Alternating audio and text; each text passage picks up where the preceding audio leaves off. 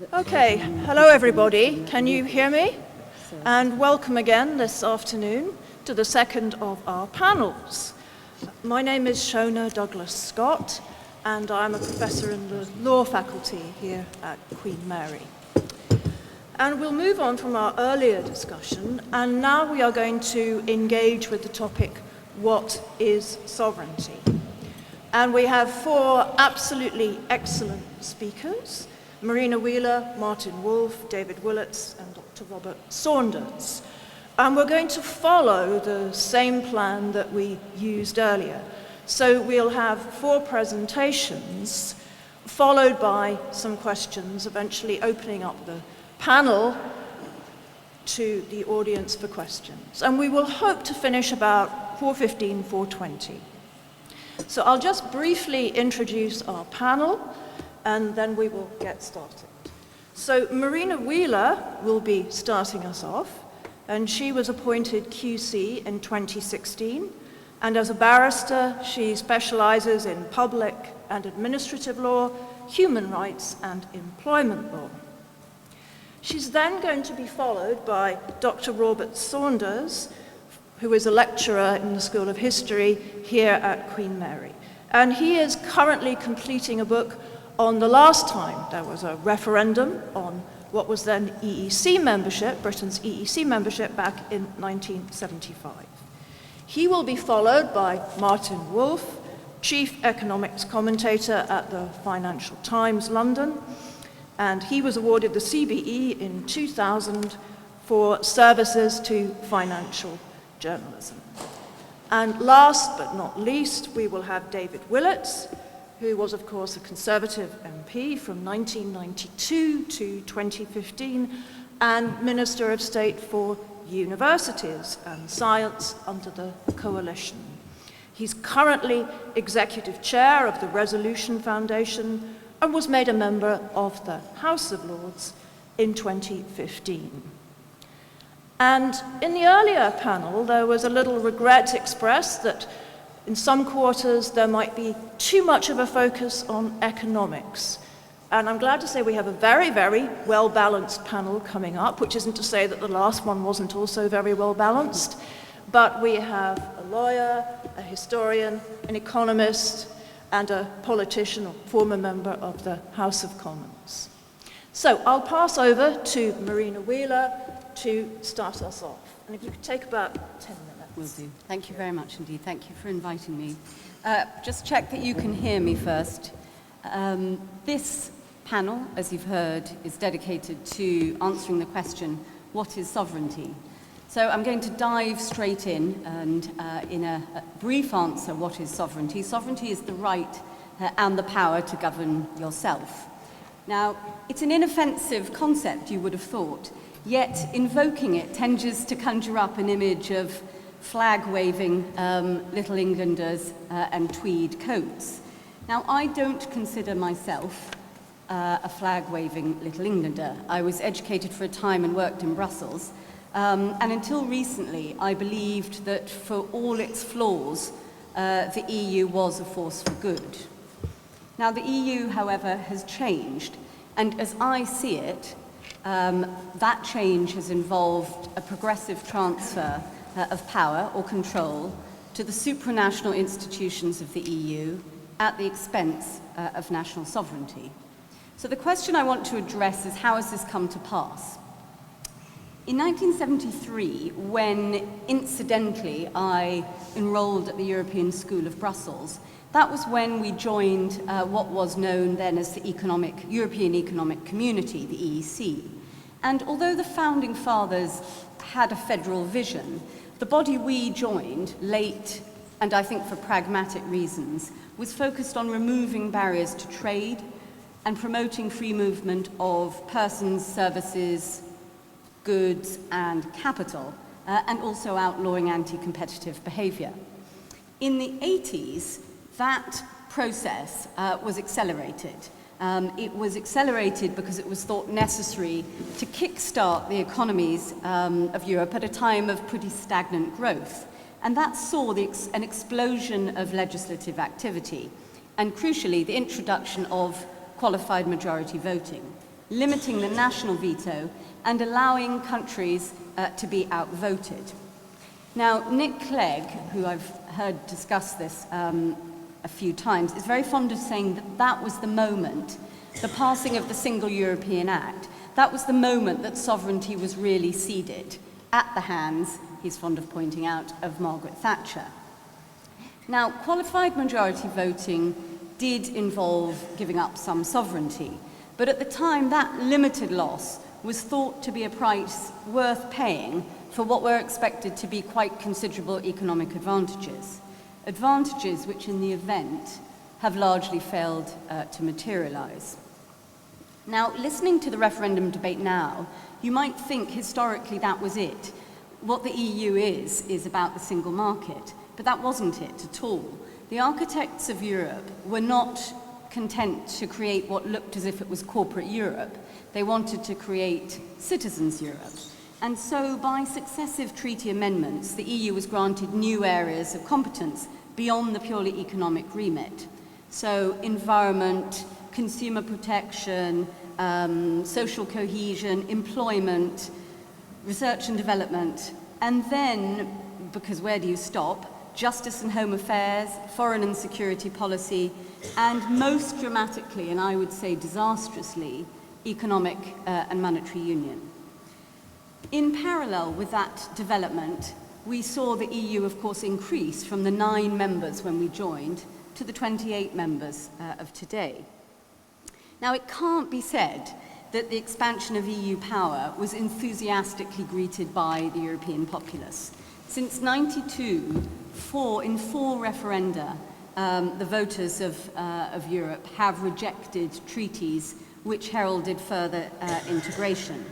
But that didn't stop the process, because each time, rather than listening to the electorates, each time the treaties were recast and the voters effectively brought into line. So the discarded European Constitution became the Treaty of Lisbon in 2007, and warnings about economic and monetary union were, I would say, largely ignored. So what does that mean for us then in 2016? Where does the balance of power lie? It's difficult to quantify precisely, but I would say a very significant portion, let's say 50% of our laws now emanate from Brussels. This is a concern, in my view, for 4 reasons. First, in a union of 28 countries, EU laws are unlikely to reflect our national priorities. The unelected Commission proposes legislation. Second, the process by which EU laws are enacted is complex, opaque, and remote. Third, the laws are virtually impossible to repeal or amend. And finally, with an EU of 28 countries, and an extension each time the treaty's been amended of qualified majority voting, the UK is increasingly outvoted. So more and more, we're subject to laws which we know nothing about and maybe don't even want. There's also the point that once the EU has legislated on an issue, a member state can no longer adopt the measures that it wants unless the EU legislation explicitly allows it to do so. This is the concept of occupied territory, and I would say it imposes a very significant further constraint on national decision-making, without, I might add, any discernible economic advantage. And the other feature which distinguishes the EU from all other free trade arrangements or regional cooperation arrangements is the role of the Court of Justice in Luxembourg, positioned right there at the top of the structure. The Court's role is, as you know, to interpret EU law and to ensure that it's uniformly applied in all member states. So if a national law measure is thought to be incompatible with EU law, then thanks to the court-created doctrine of the supremacy of EU law, that national law will be set aside. Now, the Court's attracted plenty of criticism over the years for pursuing a policy-driven agenda, for the poor quality of its judgments, and for relentlessly expanding its reach. Professor Catherine Barnard, who is by no means a skeptic, she's a professor of law at Cambridge University, has pointed out that almost anything, any national measure, can be a barrier to trade or restrict the free movement of persons. I'll give you one brief example, a case called Carpenter, in which the court ruled that the EU law prevented the UK deporting a Filipino woman because her British husband provided services to advertisers in other member states, and her absence might constrain his ability to exercise that right. Back to the court. But since Lisbon, so I hope what that shows is potentially how broad the court's jurisdiction is. But since Lisbon, 2007, its jurisdiction has expanded even further, extending judicial control to asylum, to immigration, to security and to justice. And that this has caused some disquiet nationally is evident from the Prime Minister's agreement concluded in February of this year. There's a little referred to section that says that member states may act against people who present false documents and who enter into sham marriages to bypass immigration control. It also allows member states to, and I quote, control the presence of non-nationals who threaten public safety. Now, this is important. Why? Because it underlines the extent to which national control over immigration has been ceded. An agreement hammered out late into the night by 28 leaders is needed in order to give us permission to tackle abuse.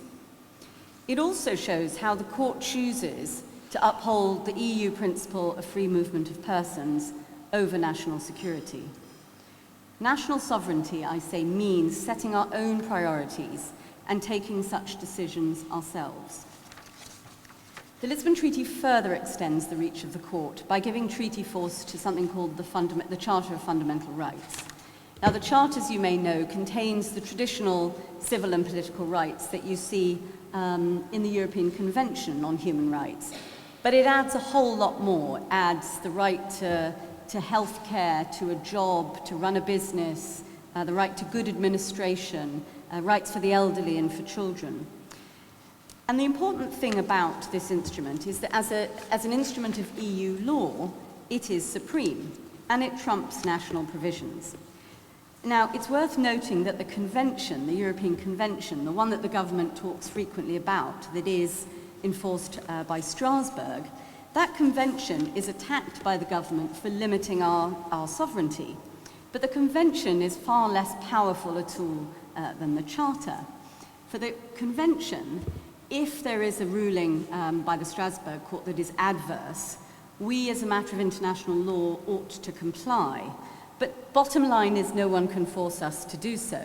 And we've seen that with the fact that for many years we have ignored the rulings on prisoner voting. With the Charter, that cannot be done.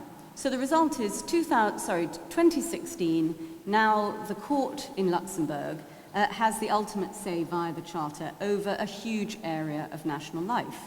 We're no longer talking trade and free movement of goods. This control goes to the heart of government decision-making, including national security. I'll give you one example.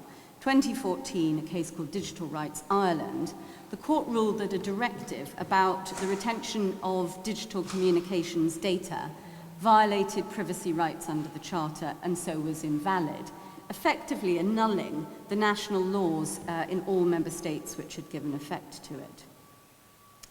Now, I would say uncontroversially, I'm going to assert that in a functioning democracy, it is vital that people can see who's taken the decisions and why. And if the system doesn't deliver this, and bad decision makers can't be removed, people feel alienated and democracy is undermined. I think that's pretty orthodox stuff. And indeed, it's the rationale for the EU doctrine of subsidiarity. That's the principle that decisions should be taken as close to the people as possible. But at the EU, it's a principle more honoured in the breach than in the observance. The court has never disapplied a provision of EU law, has never disapplied a provision, an EU provision, for breaching the principle of subsidiarity. And why should it start now? Because the EU today is committed to greater integration, not less integration. As the economic crisis continues to rage in the Eurozone, with I would say, a whole generation of young people in the southern countries effectively condemned to unemployment. The priority now within the EU is to shore up the euro by greater political and monetary integration. That is written in black and white in something called the Five Presidents' Report. That is the reality. Much as we may like to think that we're still dealing with the single market, we're not. We're dealing with an entity that has changed dramatically since the 1980s. The EU now has an explicitly federal objective. So, in conclusion, I would say that while the EU has achieved a great deal, it's helped to heal the wounds of the Second World War, and I would say it's taught us the habit of cooperation, but it's lost its way. It has overreached itself, and I would argue that it now undermines the very democracy that it was intended to promote. Consider the single currency project. That has long been a federalist dream, but it is a terrible irony that the single market project, by imposing German-style monetarism and austerity on weaker economies, has stoked national animosities that we last saw during the Second World War. And I invite you to think back to last summer when the Prime Minister of Greece, Tsipras, was invoking memories of the German occupation of Greece in 1944. That is a horrifying situation, I would say. So I do not believe that an ideologically driven and centrally controlled system that imposes uniform rules is a harbinger of peace. I think that we have to continue to cooperate and collaborate, but in a way which accommodates the diverse traditions of all of the member states and also allows people to participate in the decisions which affect them.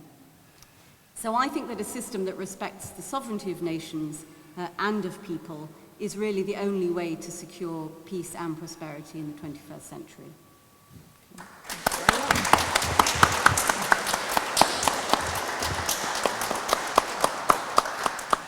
Now I'll pass over to Dr. Saunders, who is going to also be using a PowerPoint presentation.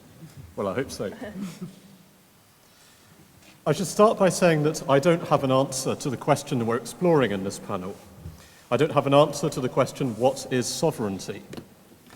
So what I want to do instead is to look back to the last time that we debated this issue, in the referendum of 1975, and to think about how we understood the term sovereignty then.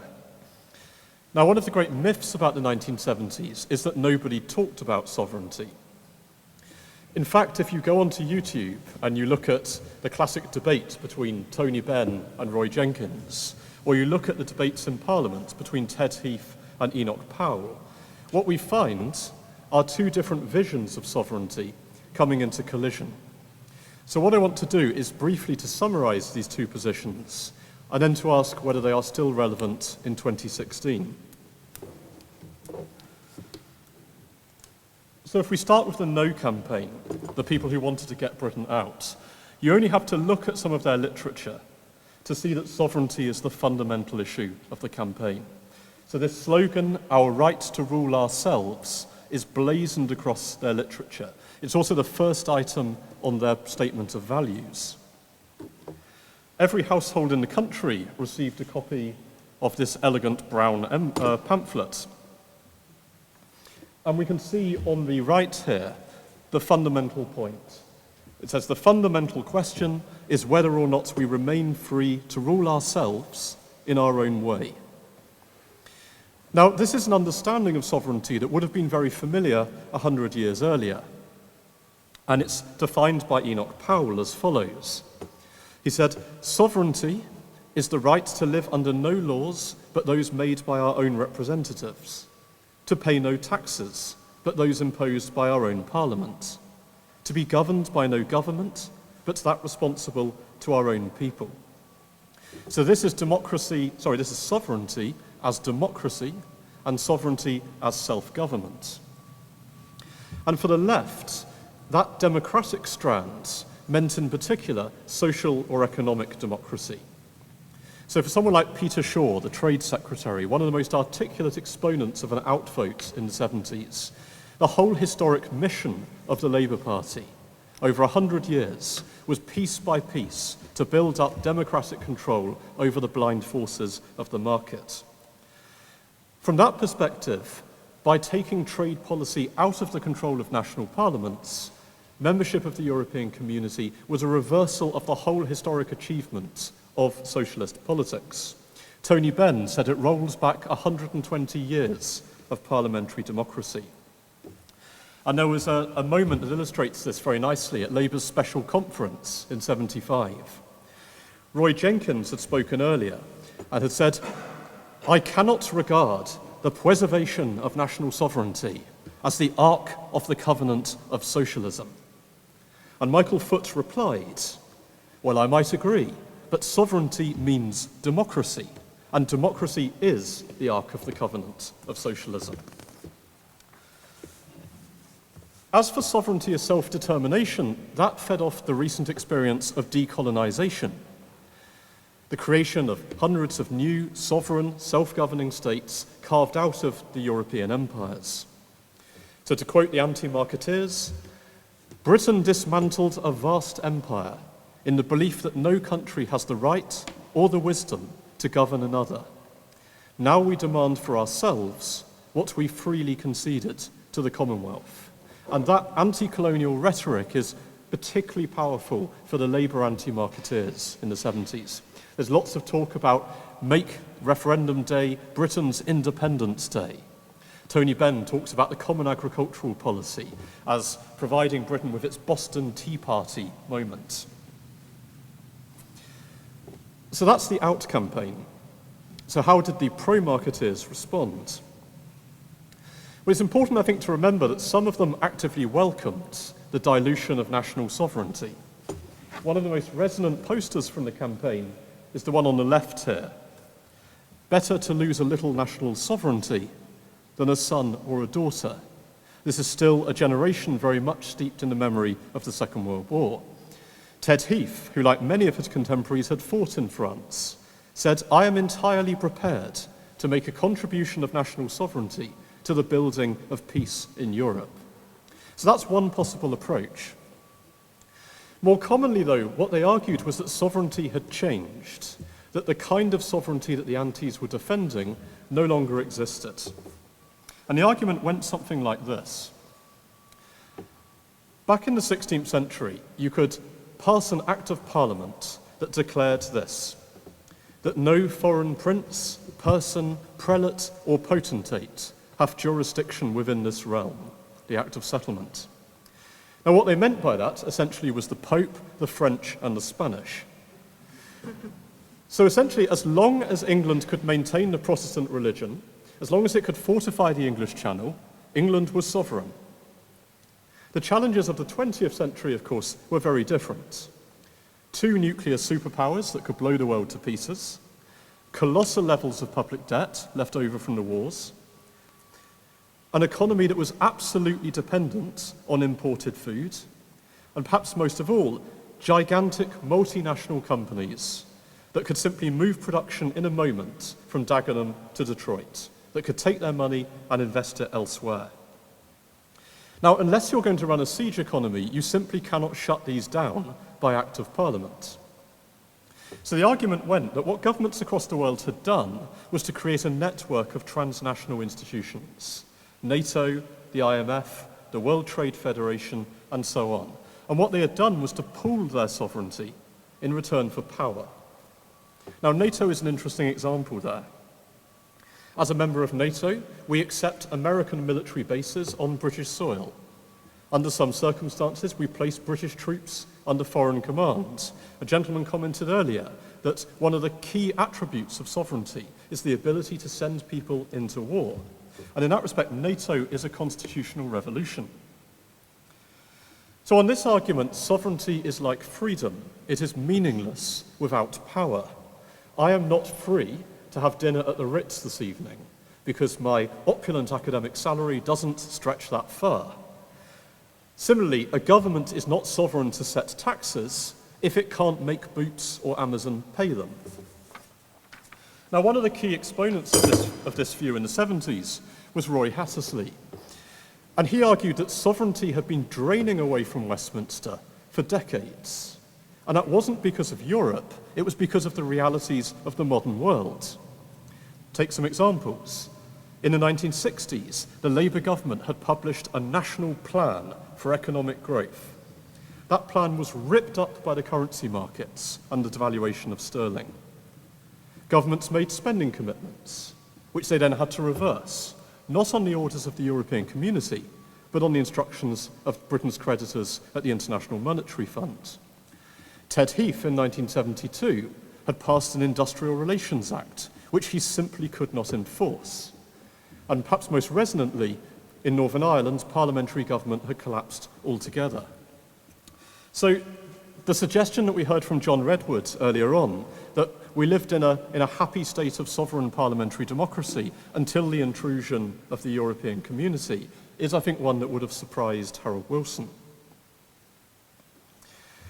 So the idea that Britain could regain sovereignty simply by leaving the European Community, according to this school of thought, was simply bogus. Margaret Thatcher called it an illusion. Mrs. Thatcher said that by pooling sovereignty, Britain could take back control over its future. Similarly, Winston Churchill, that's not the famous Winston Churchill, it's his grandson, he said this: "It is imperative that the British people should regain the sovereignty that they have lost, that they regain control over their future destiny. We have not gone into Europe in order to lose our sovereignty, but to regain and enhance it." So this is a slightly different understanding of self-determination. It's about the ability to make meaningful decisions and to carry them out. So what we've got here are two competing ideas of what sovereignty means. And both of them, I think, pose a challenge to us in 2016. On the one hand, I do think it is the case that anybody who believes in democracy should be troubled by the way in which decisions are taken in the EU.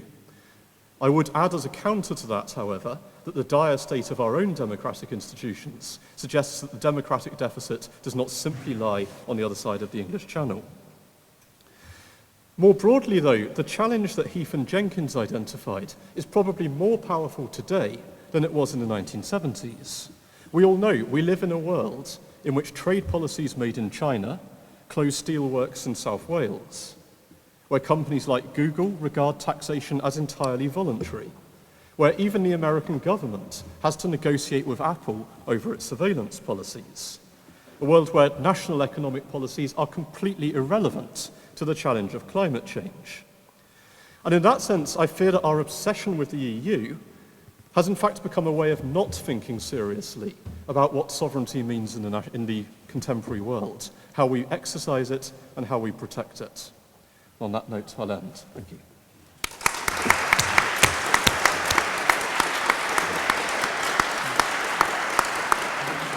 Thank you very much indeed. Glad the PowerPoint worked.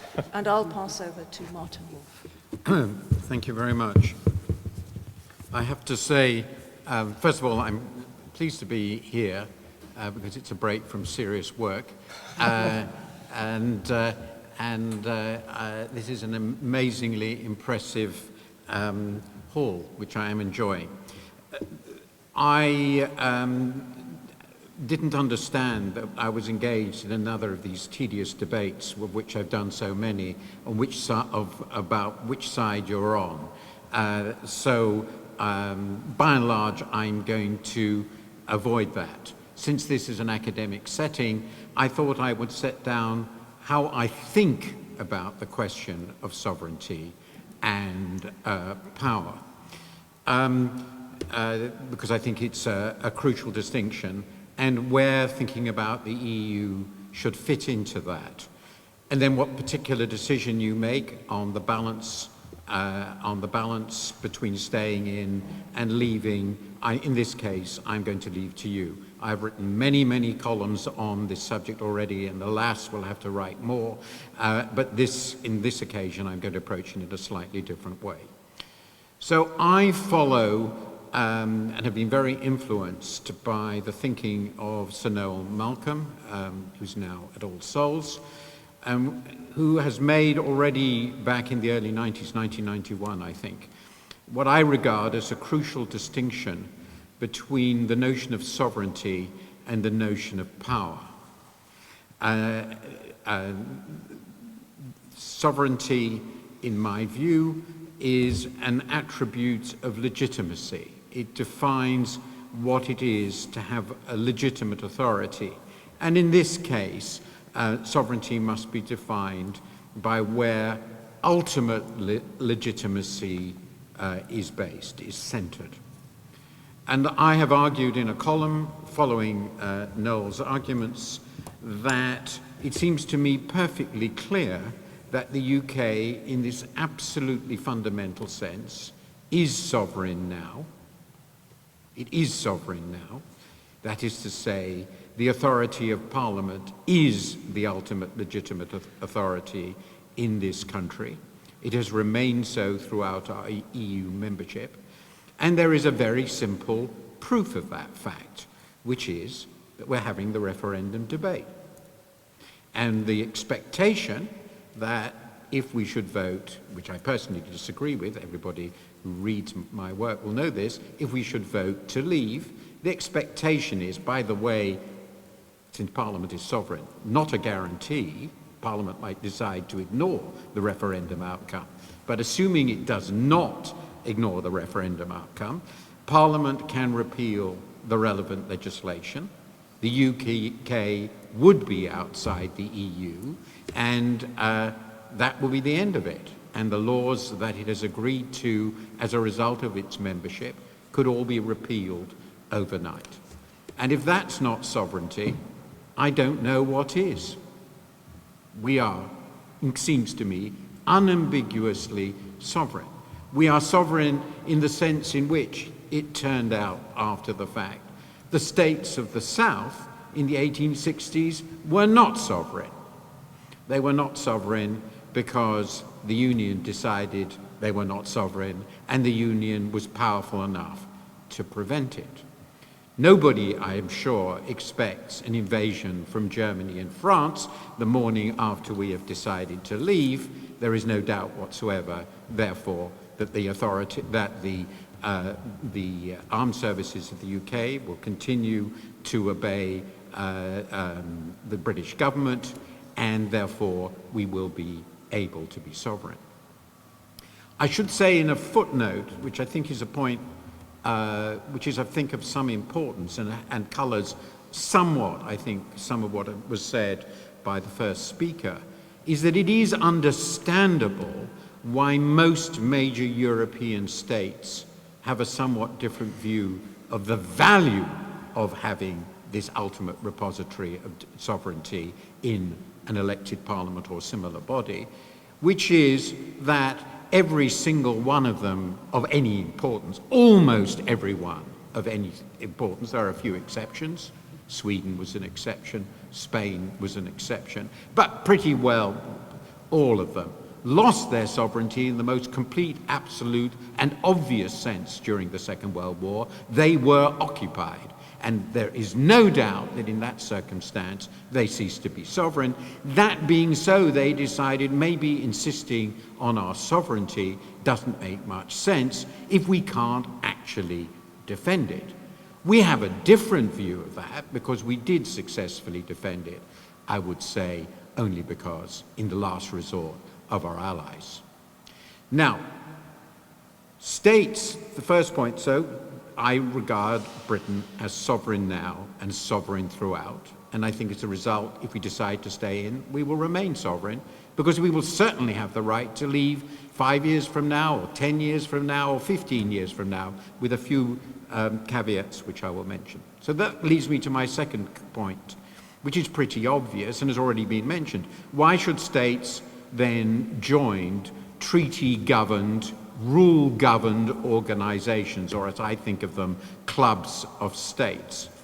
Well, the answer to that, which is pretty obvious, is that states don't just exercise or possess sovereignty in abstract, they serve some function. States exist to serve the interests of their citizens. Certainly democratic states do, as perceived by their citizens.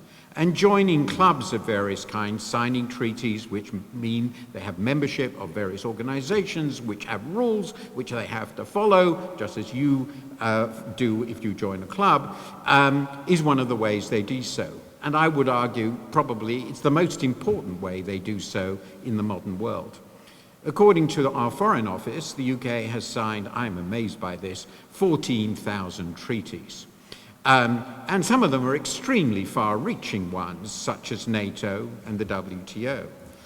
NATO obliges us to come to the defense of countries which I'm pretty sure we would rather not come to the defense of if it was actually came to war.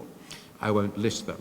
The WTO, it is true, doesn't quite have a body like the European Court of Justice, but it has a legal process and procedure, and if we are found in violation of its rules, we will lose privileges within the WTO. People have the right to operate sanctions against us. These are real and effective.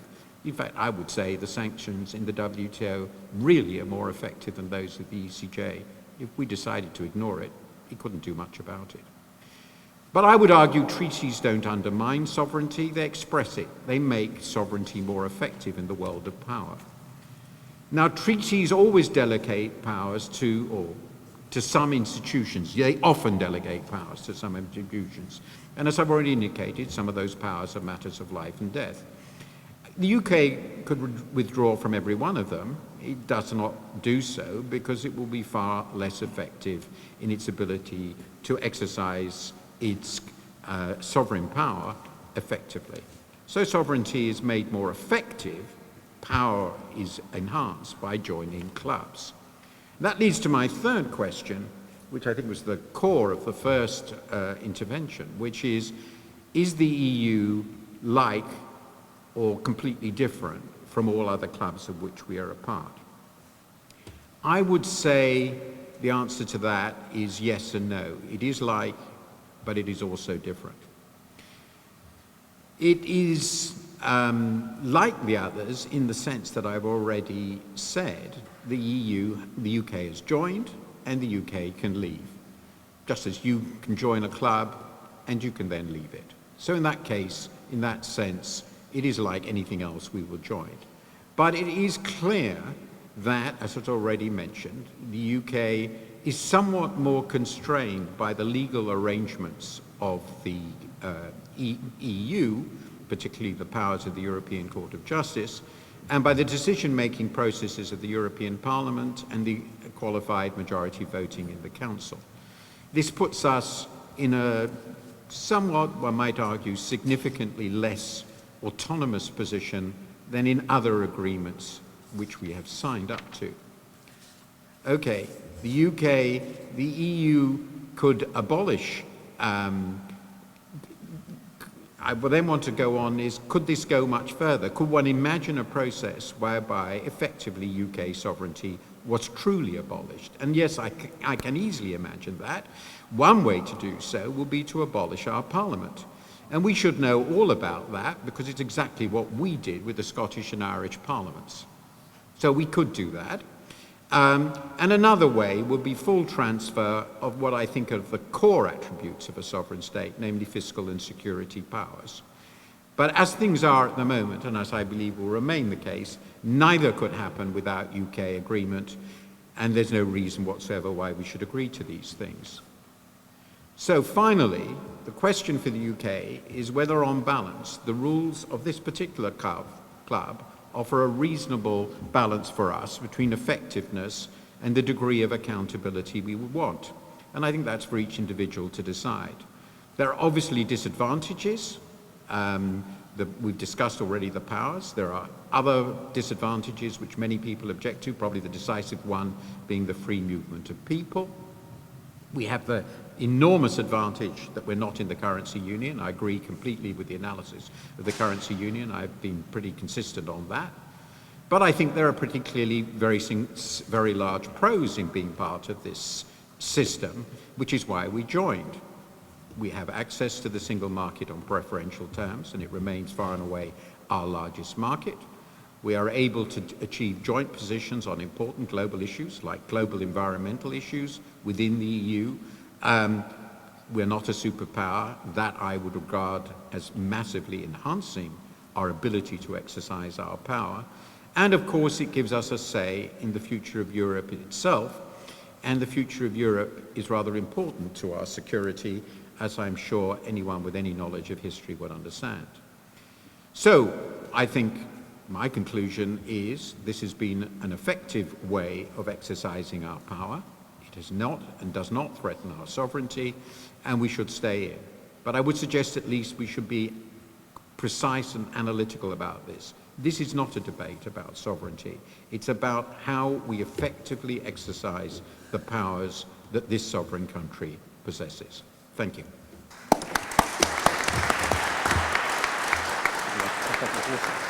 Thank you very much indeed, and over to David Willets.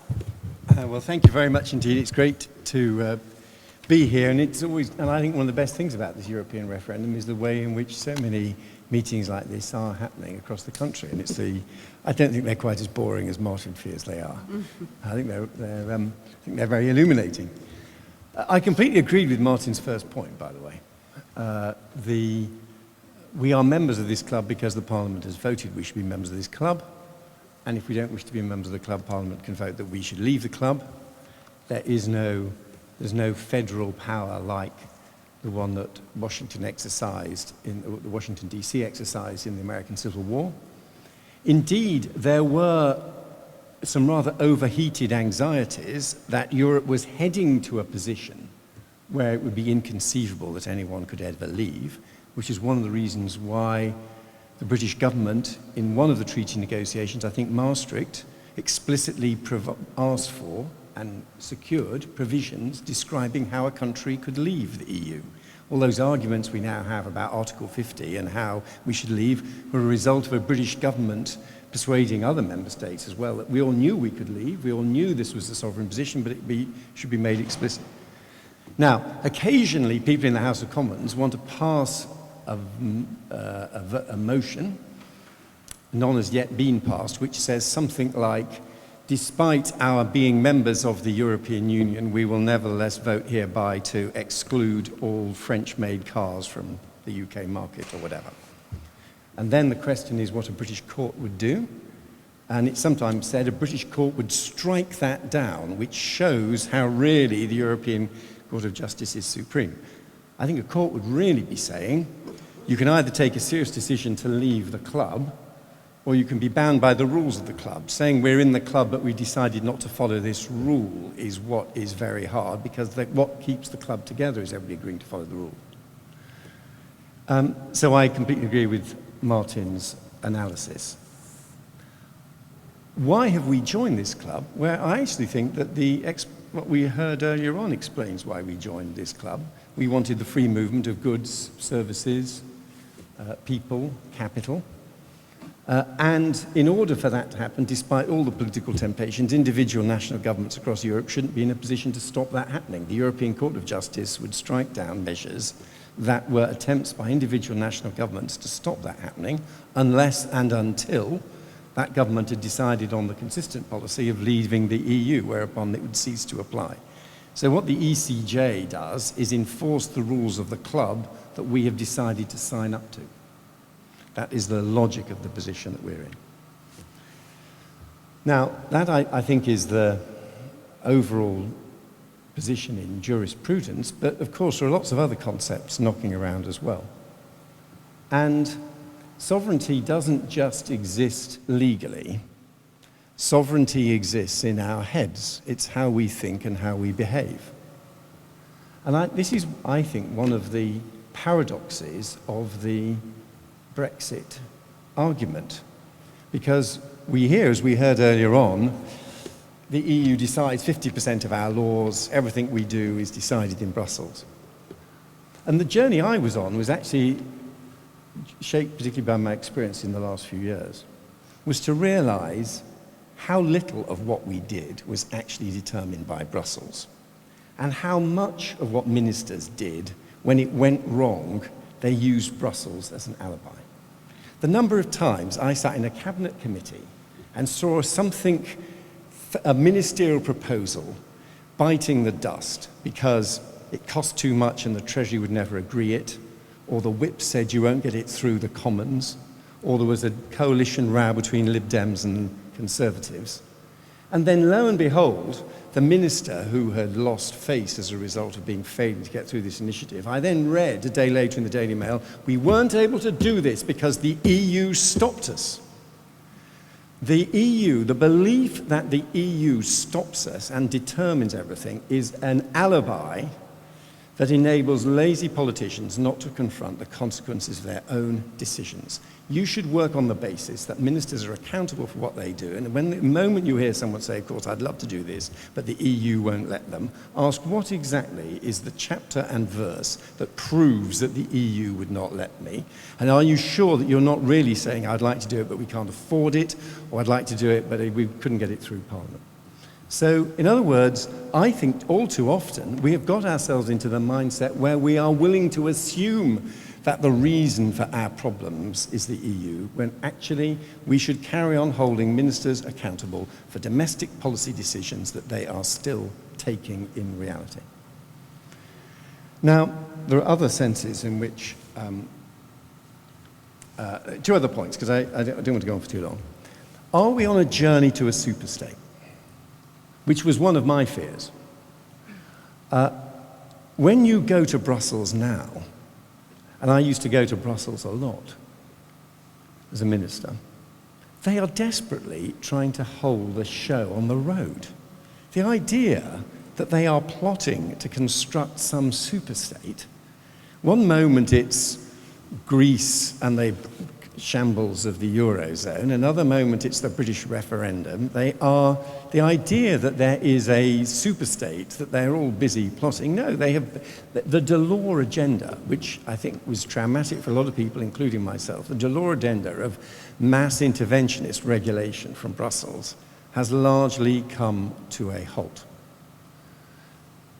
They have got an agenda for the Eurozone, but we are not part of the Eurozone. And every time the Brexiters say, but these are the powers they're passing in order for the Eurozone to operate, the Eurozone does indeed, and Martin knows far more about this than me, the Eurozone, a proper currency union like the Eurozone, does indeed require fiscal union. It was because of those sort of requirements, one of the many reasons why Britain didn't join, and thank heavens we didn't, and I never wanted us to join.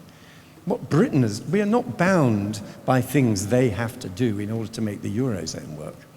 In private eye, in the diary of John Major, aged 47 3/4 or whatever the diary was, I remember it was one entry in John Major's supposed diary which I thought brilliantly captured the British approach to Europe. He said, our approach to Europe is very simple. To be in the fast lane, but driving very slowly with everyone else flashing their lights behind us.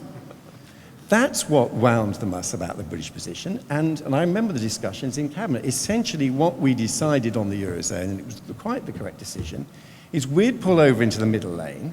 They could surge ahead in their BMWs towards a currency union if they wanted. We weren't going to stop them, but the deal was that nothing they did should include us.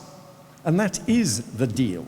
So whatever they have to do to pool resources between France and Italy and Germany to keep this show on the road, and I personally doubt whether in the long run it'll survive, doesn't involve us. It is not relevant. Now, that I think actually, in the real world of power and influence, which is what we finally come to, is a fantastic opportunity for Britain. There are 9 member states that aren't in the Euro. We are legally protected from any obligation to join the Euro. There are some other countries that are supposed to be on their way to the Euro, but it's actually a long way off. We are the natural leaders of the outers. We're the natural protectors of the rules of the single market from caucusing by the Eurozone, which is a risk, but which we have successfully seen off. We have opted out from not just the Eurozone, but from the Schengen area. So we are the protectors of a looser, more liberal vision of a Europe where you, of course, protect the single market and recognize that the protection of the freedoms in the single market requires constraints on individual national governments. But we're not part of the project, the closer union project that logically follows from the Eurozone. We're not part of Schengen. And actually, I think that is a good position to be in, and one in which we exert considerable influence. So there's neither a loss of sovereignty because of the powers that we still have, We're only in this club because we've decided to be in it. And when it comes to influence and power, we have far more influence on the inside than we would have on the outside.